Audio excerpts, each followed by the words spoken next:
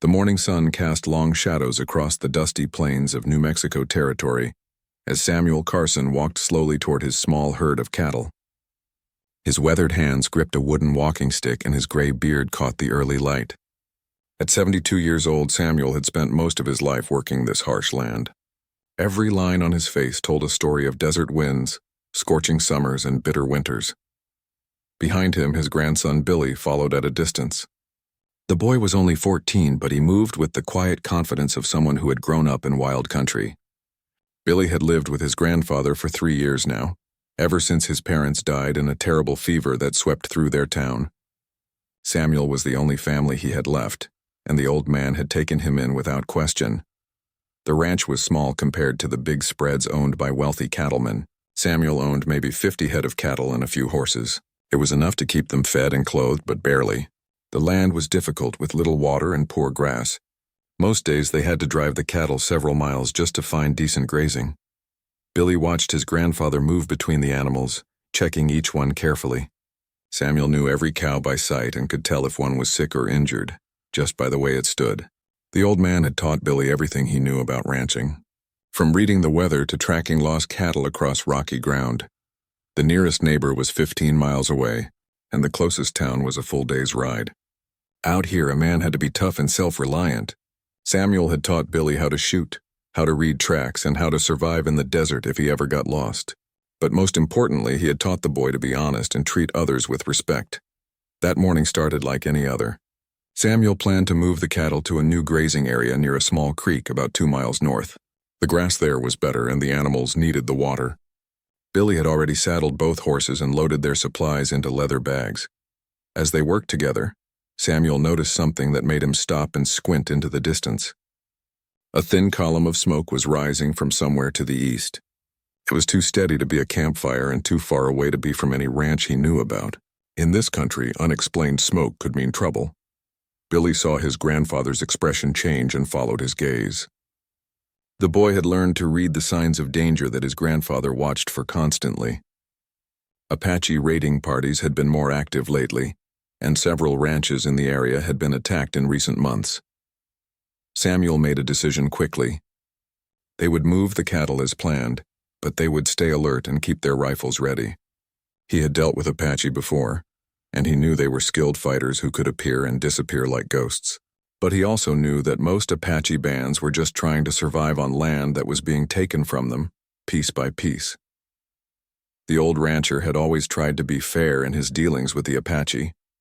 When they came to trade, he treated them honestly. When they asked for food during harsh winters, he shared what he could spare. Samuel believed that kindness and respect could prevent many conflicts, though he was also practical enough to stay ready for trouble. As they began moving the cattle, Billy rode closer to his grandfather.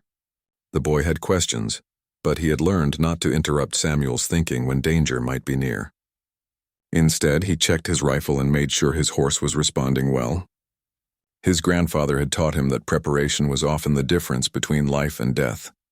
The cattle moved slowly across the rocky ground, stopping frequently to nibble at sparse grass or investigate interesting smells. Samuel kept scanning the horizon, looking for any movement or sign that they were being watched.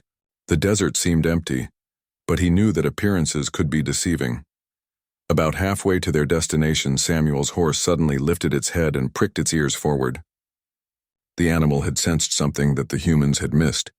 Samuel immediately raised his hand to signal Billy to stop the cattle. They sat motionless for several minutes, listening and watching. The wind carried no unusual sounds and nothing moved on the rocky hills around them. But Samuel trusted his horse's instincts. After 40 years of ranching in Apache country, he had learned to pay attention to what the animals were telling him. Finally, Samuel decided they should continue, but more carefully. He instructed Billy to keep the cattle bunched together and to stay close enough that they could talk without shouting. The boy nodded and adjusted his position, keeping his rifle across his saddle where he could reach it quickly. As they approached the creek, Samuel began to relax slightly.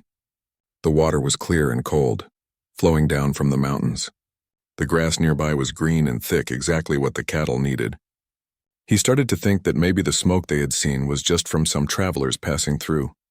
But as the cattle spread out to drink and graze, Samuel noticed fresh horse tracks in the mud near the water's edge.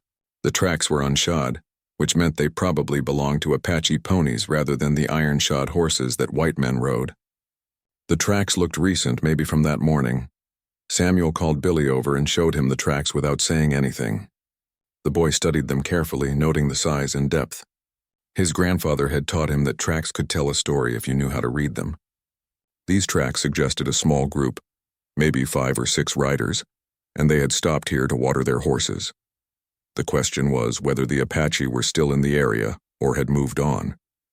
Samuel decided they should gather the cattle and head back to the ranch earlier than planned. It was better to be safe, especially with Billy to think about. The boy was brave and capable, but he was still young and inexperienced in real danger. As they began rounding up the cattle, Samuel kept thinking about those tracks. Something about them bothered him, though he couldn't say exactly what. Maybe it was the way they were positioned or how deep they were pressed into the mud. Whatever it was, his instincts were telling him to be very careful.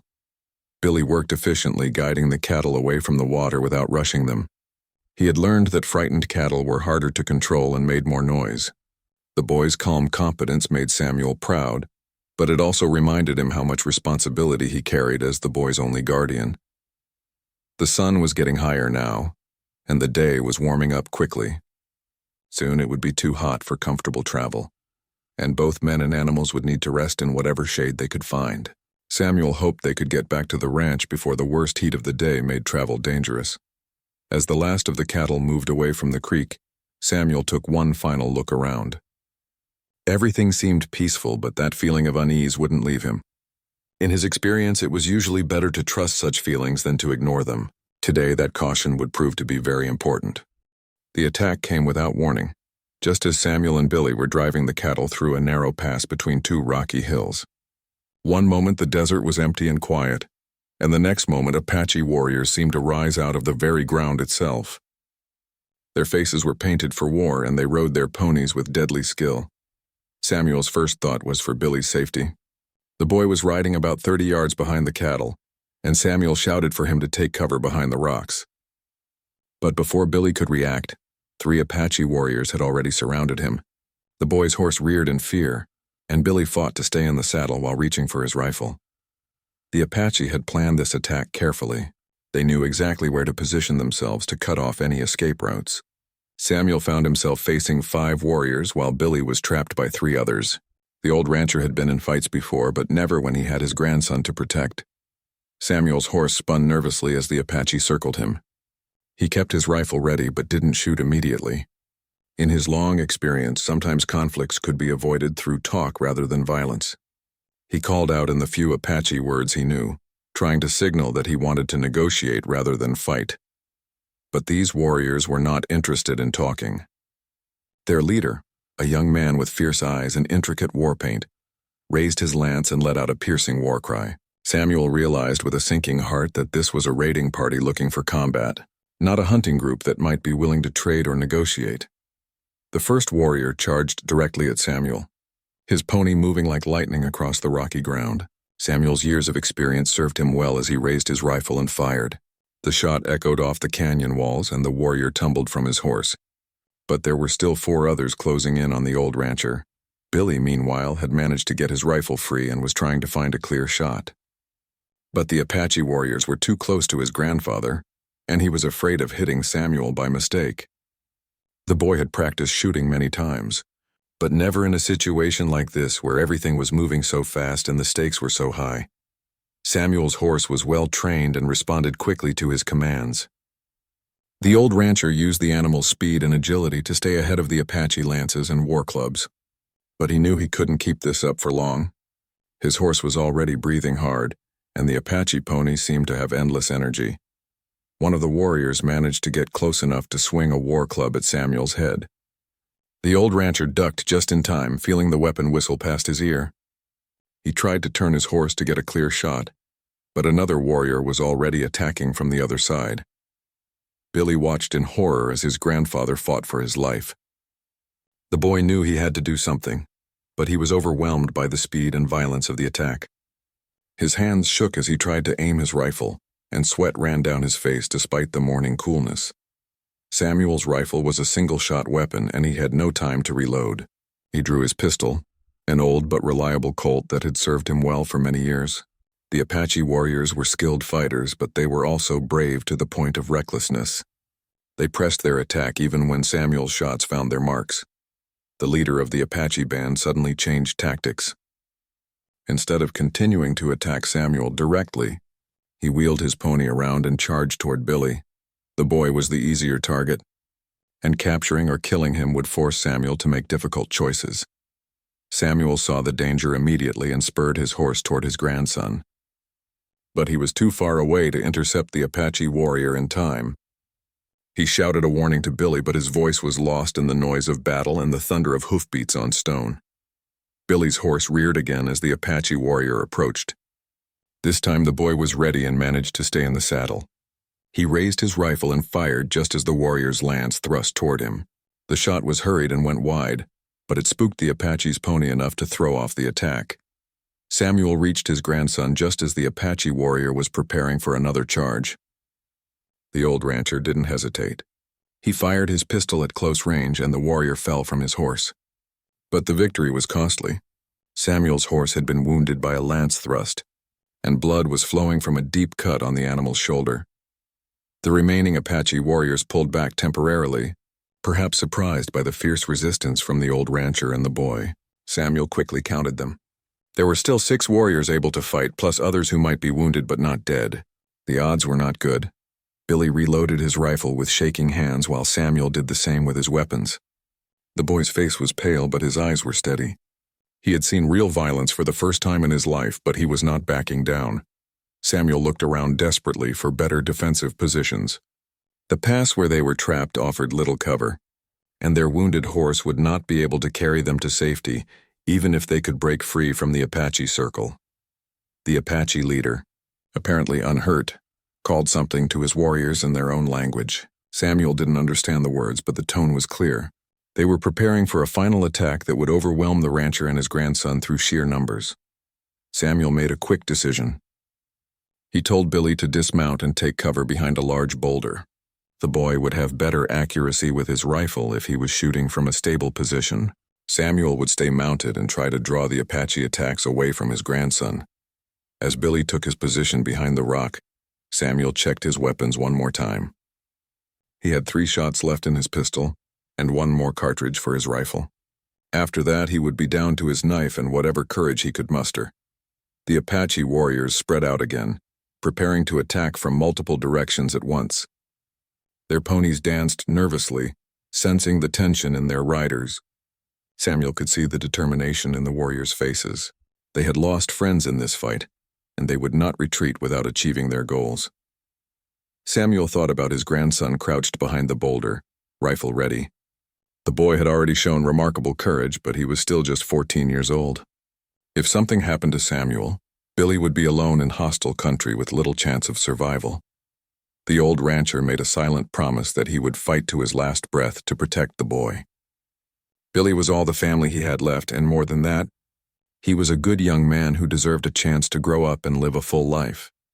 The Apache leader raised his lance again, and Samuel knew the final attack was about to begin. He said a quick prayer and prepared to sell his life as dearly as possible.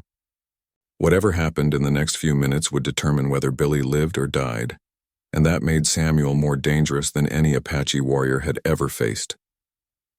The final Apache charge was swift and merciless. 6 warriors attacked from different directions, their war cries echoing off the canyon walls like the sounds of demons. Samuel's wounded horse struggled to respond to his commands. Blood still flowing from the lance wound in its shoulder. Samuel managed to shoot 1 more warrior with his rifle before the Apache were too close for accurate shooting. His pistol barked 3 times in quick succession and 2 more attackers fell. But by then, the remaining warriors were close enough to use their lances and war clubs. A heavy war club caught Samuel on the side of his head, sending bright stars exploding across his vision. His horse stumbled and went down, pinning the old rancher's leg beneath its weight. Samuel tried to free himself, but the horse was dead and too heavy to move. Billy watched in terror as his grandfather fell. The boy had been shooting steadily from behind his rock, and his rifle work had helped even the odds. But now Samuel was trapped and helpless, and the remaining Apache warriors were closing in for the kill. One of the warriors raised his lance high above Samuel's chest, preparing to drive it down into the old rancher's heart. Samuel looked up into the young warrior's painted face and saw no mercy there. He thought of Billy and hoped the boy would somehow find a way to escape. But Billy had no intention of running away. The 14-year-old boy stepped out from behind his rock, rifle in hand, and shouted at the Apache warriors in English. His voice cracked with emotion, but his words were clear and determined. The warrior with the raised lance turned toward Billy, perhaps surprised by the boy's boldness. In that moment of distraction, Samuel managed to draw his knife and slash at the warrior's leg. The Apache stumbled backward, giving Samuel a few precious seconds of life. Billy fired his rifle at the warrior, threatening his grandfather. The shot took the Apache in the chest and he fell forward across Samuel's trapped legs. The old rancher pushed the dead warrior aside and continued, trying to free himself from under his horse. The remaining Apache warriors now turned their full attention to Billy. The boy was reloading his rifle as fast as he could, but there were still 3 warriors alive and moving toward him. His hands shook as he tried to get the cartridge into the chamber. Samuel finally managed to pull his leg free from under his dead horse. The leg was badly bruised and possibly broken, but it would still support his weight. He picked up his knife and a war club dropped by one of the fallen Apache, preparing to help his grandson fight. But the Apache attack suddenly stopped. The remaining warriors pulled back and began talking rapidly among themselves in their own language. They seemed to be arguing about something, glancing repeatedly at Billy and Samuel. Samuel didn't understand what they were saying, but he could guess. The Apache had expected an easy victory over an old man and a boy. Instead, they had lost 5 of their 8 warriors in brutal hand-to-hand combat. The survivors were probably questioning whether continuing the fight was worth the cost. Billy managed to get his rifle loaded and raised it toward the nearest warrior. His grandfather had taught him never to waste ammunition, so he waited for a clear shot. The boy's face was streaked with dust and sweat, but his eyes were steady and determined. One of the Apache warriors, apparently the oldest of the survivors, spoke sharply to the others.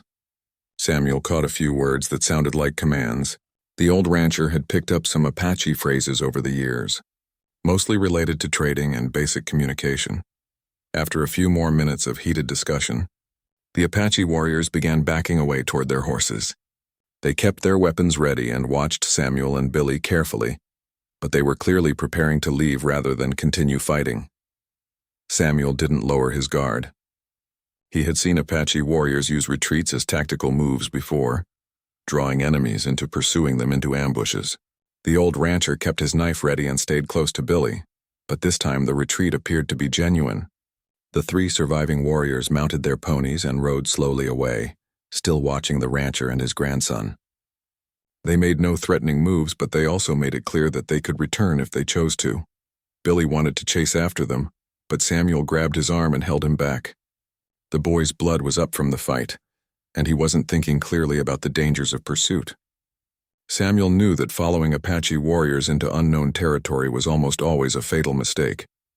As the sound of hoofbeats faded in the distance, Samuel and Billy found themselves alone among the bodies of 5 Apache warriors and 1 dead horse. The cattle had scattered during the fighting and were nowhere to be seen. The silence after the battle seemed almost as loud as the fighting had been. Samuel examined his injured leg more carefully. It was badly bruised and swollen, but he didn't think any bones were broken. He would be able to walk, though probably with a painful limp. Billy appeared to be unhurt except for some minor cuts and bruises. The boy was staring at the dead Apache warriors with a strange expression on his face. This was the first time Billy had killed another human being, and Samuel could see that the reality of it was hitting him hard. The old rancher limped over and put his hand on his grandson's shoulder. Samuel explained that the boy had done what he had to do to protect his family. In a situation like this, there had been no choice between fighting and dying. The Apache warriors had come looking for violence, and Billy had simply defended himself and his grandfather. But Samuel also knew that taking a life, even in self-defense, changed a person forever. Billy would have to live with the memory of this day for the rest of his life.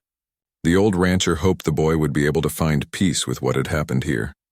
They gathered what supplies they could carry and began the long walk back to the ranch. Samuel's leg made walking difficult, and they had to stop frequently to rest. The desert sun was getting hotter, and they had limited water. As they walked, Samuel told Billy about the Apache culture and way of life. He wanted the boy to understand that the men they had fought were not evil monsters, but human beings defending their homeland in the only way they knew how. The conflict between settlers and Apache was a tragedy with no easy solutions. Billy listened quietly, still processing everything that had happened. The boy had always known that life on the frontier was dangerous, but experiencing real violence firsthand was different from just hearing stories about it. Samuel also warned Billy that this attack might not be over. The 3 warriors who had escaped would probably report back to their band about what had happened. Some Apache bands might decide that the deaths of 5 warriors required revenge, while others might choose to avoid the area where they had suffered such heavy losses. The walk back to the ranch took most of the day. By the time they reached their small cabin, both Samuel and Billy were exhausted and dehydrated. The old rancher's leg was swollen to twice its normal size, and he could barely put weight on it. That night, as they sat by their fire and tended to their wounds, Samuel made a decision that would change both their lives forever. He told Billy that they would have to leave the ranch and move somewhere safer. After what had happened today, staying in Apache territory was too dangerous, especially with Samuel injured and unable to defend them properly. But Billy had a different idea. The boy had been thinking during their long walk home, and he had come up with a plan that surprised his grandfather completely. Billy's plan shocked his grandfather into silence. The boy wanted to ride alone into Apache territory and find the band that had attacked them.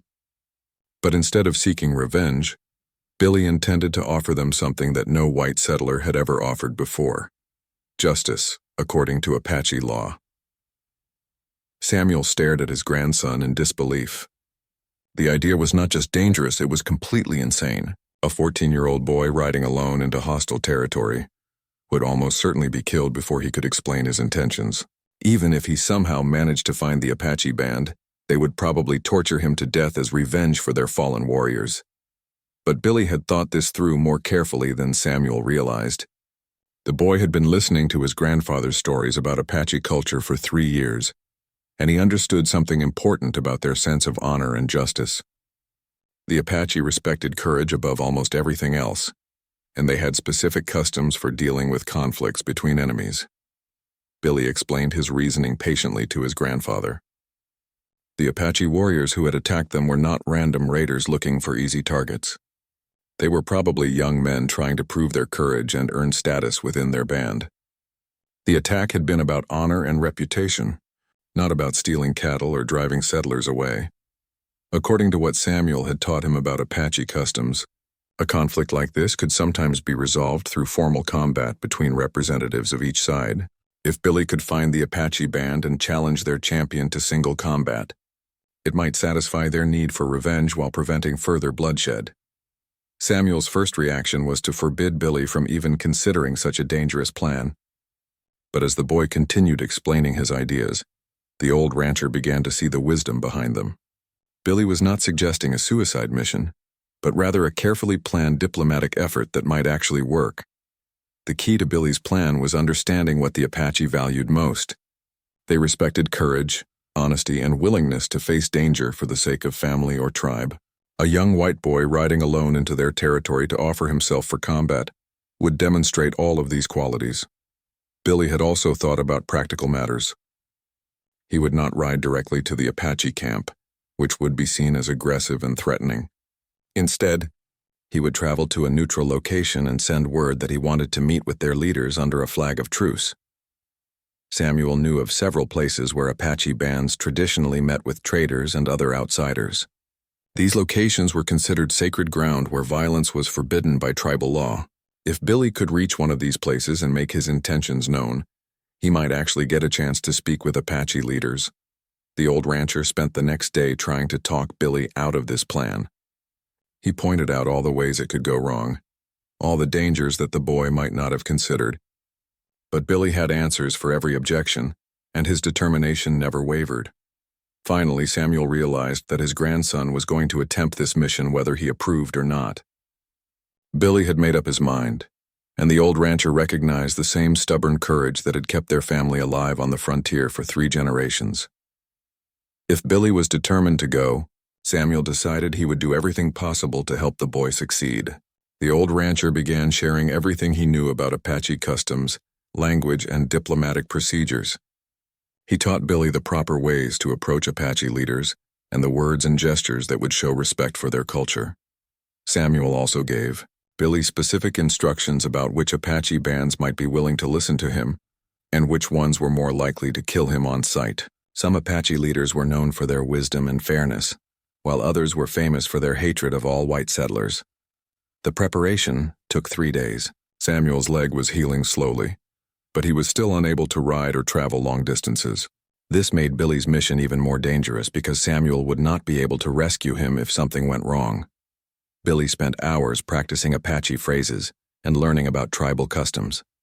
He studied maps of the territory and memorized the locations of water sources and safe camping spots. Samuel taught him how to read Apache trail signs and how to approach their camps without being seen as a threat. On the morning of the 4th day, Billy was ready to leave. He had a good horse, enough supplies for a week, and a white cloth to use as a flag of truce. Most importantly, he carried a message that Samuel had helped him compose in careful Apache phrases. The message was simple, but respectful. Billy acknowledged that Apache warriors had died fighting against him and his grandfather. He accepted responsibility for their deaths and offered to face the consequences according to Apache law. He requested a meeting with tribal leaders to discuss how justice could be served without further bloodshed. Samuel watched his grandson ride away into the desert with a mixture of pride and terror. Billy sat straight in his saddle, showing none of the fear he must have been feeling. The boy had grown up considerably in the past few days, forced into manhood by circumstances beyond his control. The old rancher knew it might be the last time he ever saw Billy alive. Apache justice could be harsh, and even if the tribal leaders were willing to listen, they might decide that the boy's death was the only acceptable payment for their fallen warriors. Samuel spent the next 2 days waiting and worrying. His leg was improving enough that he could walk around the ranch, but he was still in no condition to follow Billy into Apache territory. All he could do was hope that his grandson's courage and the lessons he had taught him would be enough to keep the boy alive. On the 3rd day after Billy's departure, Samuel saw dust clouds on the horizon. Someone was approaching the ranch and they were traveling fast. The old rancher prepared his weapons and took cover behind his cabin walls, not knowing whether to expect friends or enemies. As the riders came closer, Samuel could see that there were many of them, far more than any normal group of travelers. His heart sank as he realized that a large Apache war party was approaching his ranch. Billy's mission had apparently failed, and now the Apache were coming for revenge. Samuel checked his rifle and pistol, making sure they were loaded and ready. He had enough ammunition for perhaps a dozen shots, after which he would have to rely on his knife and whatever defensive positions he could improvise around his cabin. But as the riders came even closer, Samuel noticed something that confused him. The Apache warriors were not spread out in attack formation. Instead, they were riding in a tight group, almost like an honor guard. And at the front of the group, riding proudly on his own horse, was Billy. Samuel could hardly believe his eyes. His grandson was not only alive, but he appeared to be traveling as an honored guest rather than a prisoner. The Apache warriors around him were armed, but showed no signs of hostility toward the ranch or its owner. As the group approached the cabin, Samuel could see that Billy looked tired but unharmed. The boy's clothes were dusty from travel, but he was sitting upright in his saddle and seemed to be in good spirits. Several of the Apache warriors were looking at him with what appeared to be respect rather than anger. The leader of the Apache group was an older man with gray hair and intricate tattoos covering his arms and chest. He rode with the dignity of someone accustomed to command, and the other warriors clearly deferred to his authority. Samuel recognized him from descriptions he had heard over the years as Chief Standing Bear, one of the most respected Apache leaders in the region. Chief Standing Bear raised his hand in a gesture of peace as the group stopped about 50 yards from Samuel's cabin. Billy dismounted and walked toward his grandfather, followed by 2 Apache warriors who appeared to be acting as escorts rather than guards. Samuel limped out to meet his grandson, still not entirely convinced that this was real and not some elaborate trap. But Billy's smile was genuine, and the boy seemed genuinely happy to see his grandfather again. What Billy told Samuel next would change both their lives in ways that neither of them could have imagined. The boys' mission had succeeded beyond their wildest hopes, but the consequences would be far more complex than simply avoiding revenge. Billy's story amazed his grandfather. The boy had ridden for a full day before reaching the traditional meeting place near Eagle Rock, a sacred site where Apache bands had conducted diplomacy for generations. There he had dismounted, tied his white flag to a long stick, and waited. The Apache scouts had found him within hours, but instead of attacking, they had observed him from a distance. The sight of a young white boy sitting alone in their territory, showing no fear and making no aggressive moves, had puzzled them greatly. They had sent word back to their camp and waited for instructions. Chief Standing Bear himself had come to investigate this unusual situation. The old chief was known throughout Apache territory for his wisdom and his ability to see beyond the obvious. When he saw Billy waiting patiently by the sacred rock, he recognized something special in the boy's courage. The initial meeting had been tense. Billy had approached the Apache leaders with his hands empty and visible, speaking the phrases that Samuel had taught him. His pronunciation was poor and his grammar imperfect, but his sincerity was unmistakable. He had come not as a conqueror or a beggar, but as someone seeking justice. Chief Standing Bear had listened carefully as Billy explained why he had come. The boy acknowledged that he had killed Apache warriors, but he claimed those deaths had been in defense of his grandfather's life. He offered to face whatever punishment Apache law demanded, but he asked that his grandfather be left in peace. What impressed the Apache leaders most was Billy's understanding of their customs. Few white people bothered to learn about Apache traditions, and fewer still showed them any respect. Billy's willingness to submit himself to their justice system demonstrated a level of cultural understanding that was almost unprecedented. The Apache Council had debated Billy's case for hours. Some warriors demanded immediate revenge for their fallen comrades. Others argued that the boy's courage and honesty deserved consideration. Chief Standing Bear had listened to all sides before making his decision. The chief had proposed a test that would determine Billy's fate according to ancient Apache tradition. The boy would face their greatest young warrior in single combat, but with specific rules that would make the contest about skill and courage rather than a fight to the death. Billy had accepted the challenge immediately, even though he knew he was probably outmatched. The Apache warrior selected to fight him was named Swifthawk, a man in his early 20s who was famous throughout the territory for his fighting skills. Swifthawk had volunteered for the combat partly to avenge his fallen friends, and partly to test this unusual white boy. The combat had taken place the next morning, with the entire Apache band watching. The rules were traditional. The fighters would use wooden weapons instead of steel, and the contest would end when one fighter was unable to continue.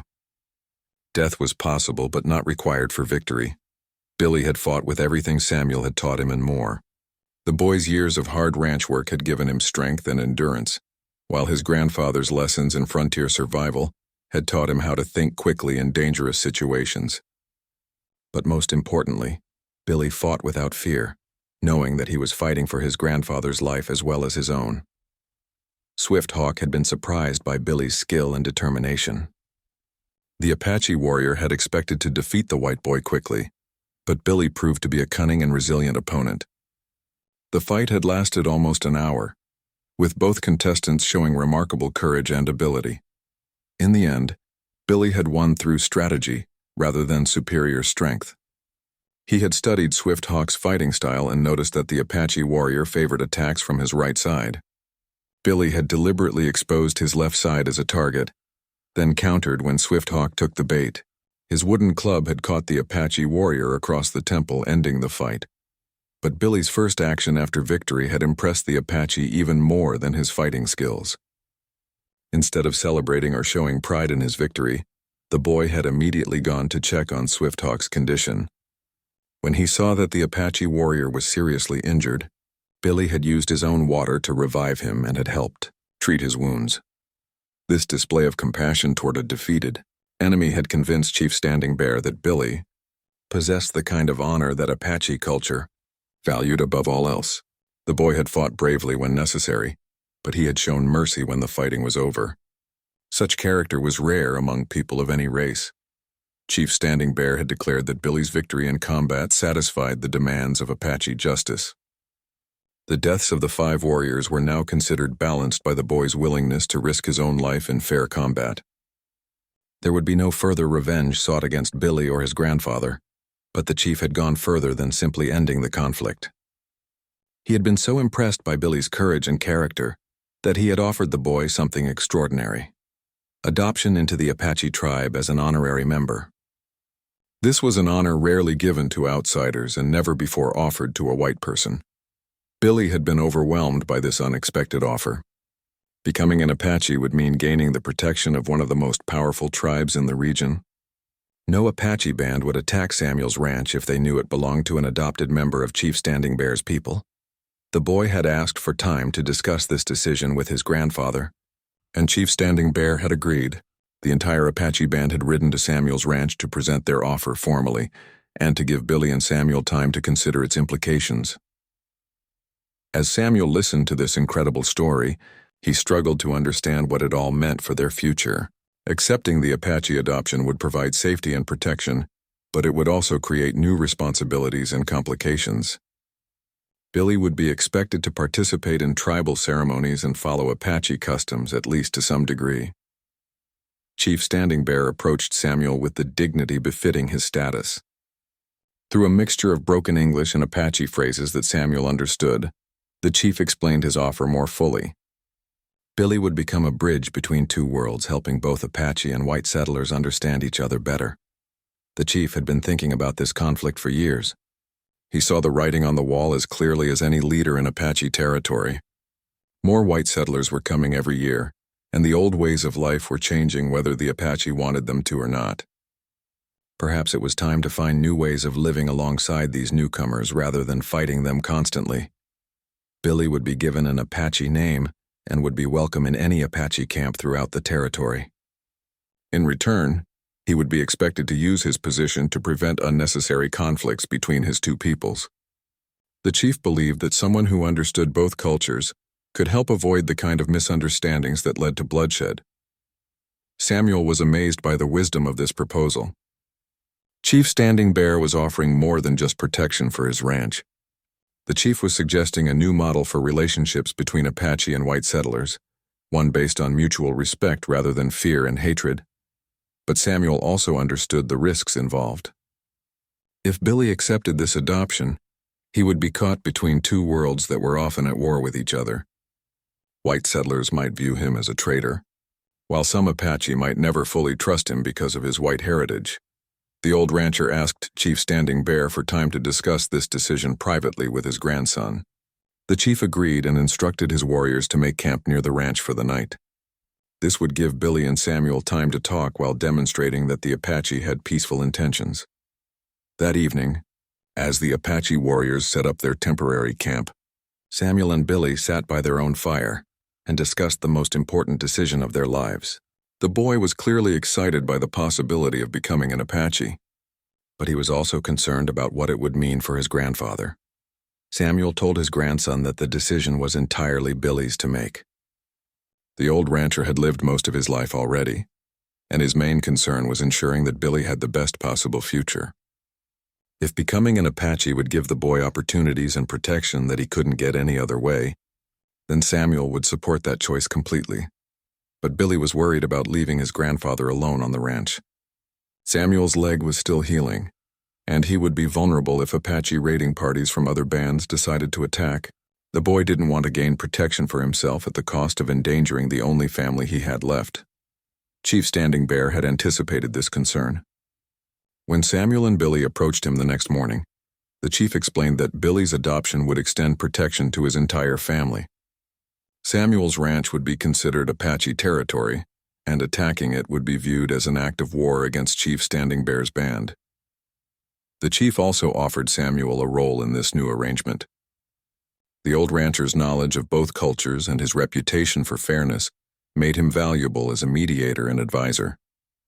If Samuel was willing, he could serve as an unofficial diplomat, helping to resolve conflicts before they escalated into violence. Samuel found himself deeply moved by these offers. For years, He had watched the conflict between Apache and white settlers grow more bitter and destructive.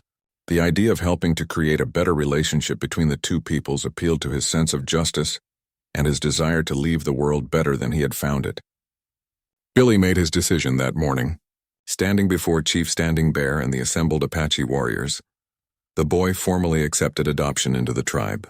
The ceremony was simple but moving, with Billy pledging to honor Apache traditions while using his position to promote peace and understanding. Chief Standing Bear gave Billy his new Apache name, Walking Between Worlds. The name reflected the unique role the boy would play, as someone who belonged to both cultures while being limited by neither. It was a name that carried both honor and responsibility. The adoption ceremony was followed by a feast that lasted well into the night. Apache warriors and an old white rancher sat around the same fire, sharing food and stories. Samuel was amazed by how much the two cultures had in common when fear and mistrust were set aside. Over the next few days, Chief Standing Bear explained the practical aspects of Billy's new status. The boy would spend part of each year living with the Apache, learning their traditions and language more thoroughly. The rest of the time he would remain at the ranch with Samuel, maintaining his connections to white settler society. Billy would also serve as a messenger between Apache bands and white settlements, carrying news and helping to prevent misunderstandings. His unique position would allow him to warn both sides about potential conflicts and suggest peaceful solutions to disputes. The arrangement was unprecedented in the history of the region. Never before had an Apache chief offered such a comprehensive partnership to white settlers. Chief Standing Bear was taking a significant risk by trusting outsiders with knowledge of Apache customs and territory, but the chief believed that the time for old-fashioned warfare was ending. The Apache could continue fighting and gradually lose everything, or they could find new ways to preserve their culture while adapting to changing circumstances. Billy represented hope for a third option that no one had seriously considered before. As the Apache band prepared to leave Samuel's ranch, Chief Standing Bear made one final promise. Any white settler who showed the same courage and respect that Billy had demonstrated would be welcome to discuss peaceful coexistence. The door was open for others to follow Billy's example. Samuel watched his grandson ride away with the Apache warriors, heading toward a new life that would be unlike anything any white person had ever experienced. The old rancher was proud of Billy's courage, but he was also aware that the real challenges were just beginning. Word of Billy's adoption spread quickly throughout Apache territory and the white settlements. The news created wildly different reactions depending on who was hearing it. Some Apache bands were outraged that Chief Standing Bear had welcomed a white boy into their sacred traditions. Some white settlers were equally angry that a rancher's grandson had supposedly betrayed his own race. But there were others on both sides who saw hope in this unprecedented arrangement. Older Apache leaders who remembered the time before the conflicts began wondered if Billy might represent a path back to peaceful coexistence. White settlers who were tired of constant fear and violence hoped that someone might finally be able to negotiate lasting peace. Billy's first months with Chief Standing Bear's band were challenging in ways he had never expected. Learning Apache customs was much more complex than simply memorizing phrases or following rules. Every aspect of Apache life was connected to spiritual beliefs and cultural traditions that went back hundreds of years. The young Apache warriors were particularly suspicious of Billy at first. Many of them had lost friends and family members in fights with white settlers, and they found it difficult to accept that an outsider could truly understand their way of life. Billy had to prove himself over and over again through his actions rather than his words. But Billy's genuine respect for Apache culture gradually won over even his harshest critics. He approached every lesson with humility and determination, never claiming to know more than he actually did.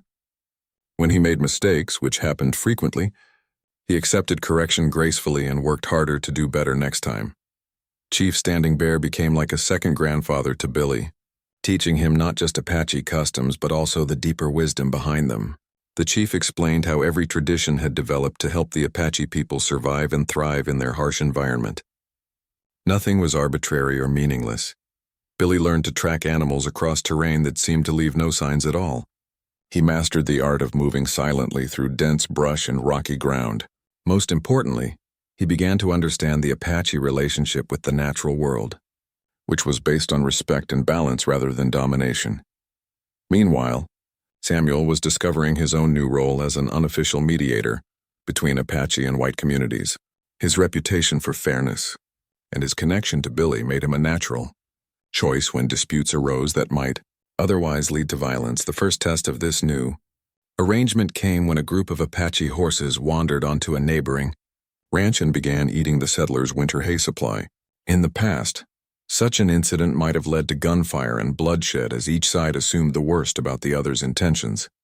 Instead, the settler sent word to Samuel, who was able to contact Chief Standing Bear through Billy. The chief immediately sent warriors to recover the horses and compensated the settler for his lost hay. The entire incident was resolved without a single angry word being exchanged. Similar situations arose regularly over the following months. Apache hunting parties sometimes strayed onto ranch land while following game. White travelers occasionally camped near Apache sacred sites without realizing the significance of those locations. Each potential conflict was resolved through communication rather than violence. Billy's role as a messenger and translator proved invaluable in these situations. His presence reassured both sides that their concerns would be heard and understood. More importantly, his unique perspective often allowed him to suggest solutions that neither side would have considered on their own. But not everyone was happy with these peaceful resolutions. Some Apache warriors believed that Chief Standing Bear was being too accommodating to white settlers who had no right to be in Apache territory at all. Some white settlers thought that any cooperation with Apache was a sign of weakness that would only encourage more attacks. The opposition to Billy's new role came to a head when a young Apache warrior named Red Wolf openly challenged the adoption in front of the entire band. Red Wolf had lost his brother in the attack on Samuel's ranch, and he believed that Billy should have been killed rather than honored for causing Apache deaths. Red Wolf demanded the right to fight Billy in combat to determine whether the adoption should be revoked. According to Apache tradition, such challenges could not be refused, especially when they involved questions of tribal membership. Chief Standing Bear was forced to allow the combat despite his personal support for Billy. The fight between Billy and Red Wolf was more serious than his earlier combat with Swifthawk. Red Wolf was older, stronger, and more experienced than Billy, but he was also fighting with anger and hatred rather than honor. The young Apache warrior wanted to inflict pain as well as achieve victory. Billy fought with everything he had learned from both his grandfather and his Apache teachers. He used his smaller size and greater agility to avoid Red Wolf's powerful attacks while looking for opportunities to strike back. The combat lasted for hours, with both fighters sustaining serious injuries.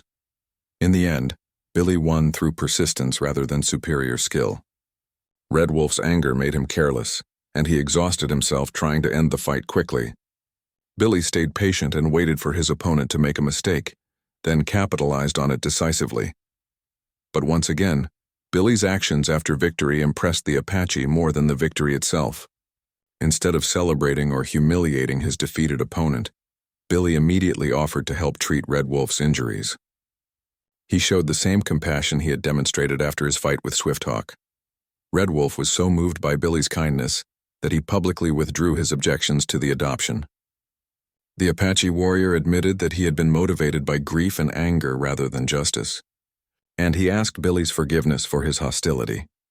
This second combat victory established Billy's reputation throughout Apache territory. Even bands that had initially opposed his adoption began to respect his courage and character. Word spread that the white boy who walked between worlds was someone who could be trusted and honored. Billy's success also strengthened Samuel's position as a mediator. White settlers who had been skeptical of the arrangement began to see its practical benefits. Trade relationships developed between some ranchers and Apache bands, with both sides benefiting from the exchange of goods and information. Billy continued to serve as a mediator and translator between the two cultures for many years. He eventually married an Apache woman and raised children who were truly citizens of both worlds. His unique position allowed him to help countless families avoid the violence and misunderstanding that had characterized frontier relations for generations. Samuel lived to see his grandson become a respected leader among both Apache and white communities. The old rancher's small ranch became a neutral meeting place where representatives from both cultures could gather to resolve disputes peacefully. Samuel's reputation for fairness and wisdom made him one of the most trusted mediators in the territory. The attack that had nearly cost Samuel his life ultimately led to one of the most successful peace agreements in the history of Apache-white relations. Billy's courage in facing overwhelming odds had transformed a cycle of violence into an opportunity for understanding and cooperation. Years later, when Billy told the story to his own children, he always emphasized that real courage was not about fighting, but about finding ways to make fighting unnecessary. The greatest victory was not defeating an enemy, but turning that enemy into a friend and ally. The legacy of Billy's courage lived on in the peaceful relationships that developed between Apache and white communities throughout the region. His example proved that even the deepest cultural divisions could be bridged by individuals willing to risk everything for the sake of peace and understanding.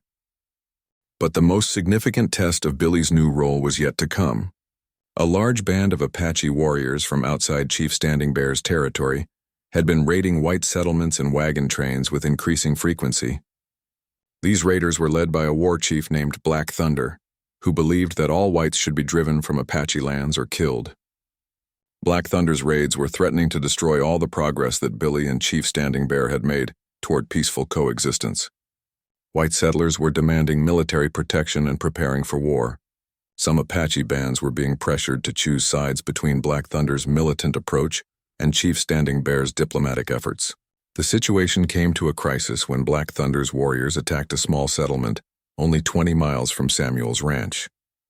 3 white families were killed and their homes were burned to the ground. The territorial governor was preparing to send in army troops to hunt down all Apache in the region, peaceful or not. Chief Standing Bear knew that military intervention would destroy any hope of maintaining the fragile peace he had worked so hard to create. But he also knew that his own band was not strong enough to confront Black Thunder directly. The situation seemed hopeless until Billy proposed a solution that surprised everyone. The boy suggested that he travel to Black Thunder's camp and challenge the war chief to single combat. If Billy won, Black Thunder would have to agree to end his raids.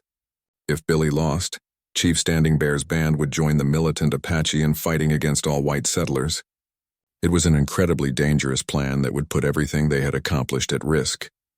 But it was also the only option that might prevent a full-scale war that would destroy both Apache and white communities throughout the territory. Chief Standing Bear initially refused to consider Billy's plan. The risk was too great, and Black Thunder was known throughout Apache territory as one of the most formidable warriors who had ever lived. The war chief had never been defeated in single combat, and he had killed dozens of enemies in battles spanning more than 20 years. But Billy persisted in arguing for his plan. He pointed out that Black Thunder's raids were threatening to provoke a war that would destroy both Apache and white communities. Army troops were already being mobilized, and once they arrived, there would be no stopping the violence that would follow. The boy also understood something about Apache culture that gave him hope. Black Thunder was fighting for Apache independence and dignity, values that Billy shared and respected. If Billy could demonstrate that white settlers were capable of honor and courage, it might be possible to find common ground even with the most militant Apache leader. Samuel was horrified when he learned of Billy's plan through Apache messengers. The old rancher rode to Chief Standing Bear's camp as quickly as his still-healing leg would allow, determined to talk his grandson out of this suicidal mission. But when Samuel arrived at the Apache camp, he found Billy more determined than ever. The boy had thought through all the risks and alternatives, and he believed this was the only way to prevent a catastrophic war. Billy reminded his grandfather that sometimes one person had to risk everything to save many others. Chief Standing Bear had reluctantly agreed to Billy's plan after consulting with his council of elders.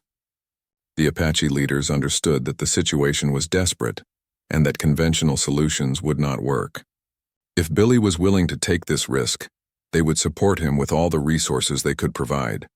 The challenge to Black Thunder was delivered according to ancient Apache protocols. Billy sent a message through neutral Apache messengers, formally requesting single combat to settle the dispute between peaceful coexistence and total warfare. The message was respectful but firm, acknowledging Black Thunder's reputation while asserting Billy's right to represent his people. Black Thunder's response came back within 2 days. The war chief had accepted the challenge, but with conditions that made Billy's task even more difficult. The combat would take place in front of representatives from every Apache band in the territory. The loser would not only face personal defeat, but would also bind his followers. To accept the winner's vision for Apache-white relations, Billy spent the next week preparing for the most important fight of his life. Chief Standing Bear and the Apache elders taught him advanced combat techniques that were usually reserved for seasoned warriors. Samuel contributed everything he knew about fighting and survival, drawing on decades of frontier experience. But the most important preparation was mental rather than physical. Billy had to prepare himself for the possibility of death while maintaining the confidence and determination necessary for victory. This balance between acceptance and determination was something that both Apache and frontier traditions emphasized for warriors facing desperate odds. The combat took place at a sacred site called Council Rock, where Apache bands had gathered for important ceremonies for generations. Representatives from more than 20 different Apache groups attended, including some who had traveled for days to witness this unprecedented confrontation. Black Thunder was everything that Billy had been told to expect and more. The war chief was a man in his 40s, tall and powerfully built, with scars covering his arms and chest that testified to countless battles. His presence was commanding, and even his enemies acknowledged his courage and skill. But what struck Billy most about Black Thunder was the intelligence in his eyes. This was not a mindless savage, as some white settlers described Apache warriors, but a thoughtful leader who had chosen war as the best way to protect his people. Billy realized that winning this fight would require more than physical victory. He would have to convince Black Thunder that peaceful coexistence was possible. The combat began at dawn, with both warriors armed with traditional weapons and following rules that had been established through careful negotiation. The fight would continue until one warrior was unable to continue, with death being possible but not required for victory. Billy's strategy was based on everything he had learned about Apache combat and his opponent's fighting style. Black Thunder was stronger and more experienced, but he was also older and potentially less agile. Billy planned to use his speed and endurance to wear down the war chief while avoiding his most powerful attacks. The fight lasted for more than 3 hours, far longer than any of Billy's previous combats. Black Thunder proved to be as skilled as his reputation suggested, but Billy's training and determination kept him competitive. The young man used every technique he had learned from both his grandfather and his Apache teachers. As the battle progressed, Billy began to understand something important about his opponent. Black Thunder was fighting not just for victory, but to test Billy's character and determination. The war chief wanted to know if this young white man truly possessed the courage and honor that Apache culture valued. Billy responded by fighting with everything he had while showing respect for his opponent's skill and experience. He avoided tricks or dishonorable tactics, even when they might have given him an advantage. This approach impressed the watching Apache leaders, who recognized authentic warrior behavior when they saw it. The turning point came when Billy managed to disarm Black Thunder temporarily, giving him an opportunity to end the fight with a potentially fatal blow. Instead, Billy stepped back and allowed the war chief to retrieve his weapon. This display of honor and fairness shocked everyone watching, including Black Thunder himself. Black Thunder studied Billy carefully for a long moment, then did something that no one expected. The war chief lowered his weapons and spoke directly to Billy in fluent English, which he had never revealed he could speak. Black Thunder told Billy that he had already proven everything that needed to be proven. The war chief had accepted this combat partly to test whether any white person could truly understand Apache values of courage, honor, and respect for enemies. Billy's willingness to show mercy when he could have taken advantage demonstrated the kind of character that Black Thunder could respect. The formal end of the combat came when Black Thunder declared Billy the victor, not through superior fighting skill, but through superior character. The war chief announced to the assembled Apache leaders that he would end his raids against white settlements and work with Chief Standing Bear to establish lasting peace, but Black Thunder's decision came with conditions that would require ongoing effort from both Billy and Samuel. The war chief demanded that white settlers demonstrate the same respect for Apache culture and territory that Billy had shown. Any violation of agreements or return to the old patterns of mutual hostility would void the peace arrangement. Billy accepted these conditions on behalf of all white settlers in the region, knowing that he was making promises he might not be able to keep. But he also understood that this was the only way to prevent a war that would destroy everything both cultures had worked to build. The peace agreement negotiated after Billy's victory became a model for Apache-white relations. Throughout the Southwest, other Apache bands and white communities began adopting similar arrangements, with mixed success but generally positive results.